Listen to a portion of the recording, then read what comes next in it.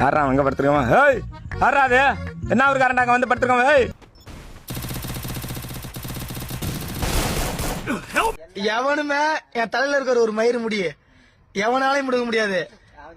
என்னைய மீறி புடுங்கினாதான் உண்டு. அண்ணா நீயானா? இந்த சினிமாலாம் வரையாது நீயானது? எங்க நம்ப முடியல. ஏ குமாரு இங்க வாடா, சாப்பிட்டியா?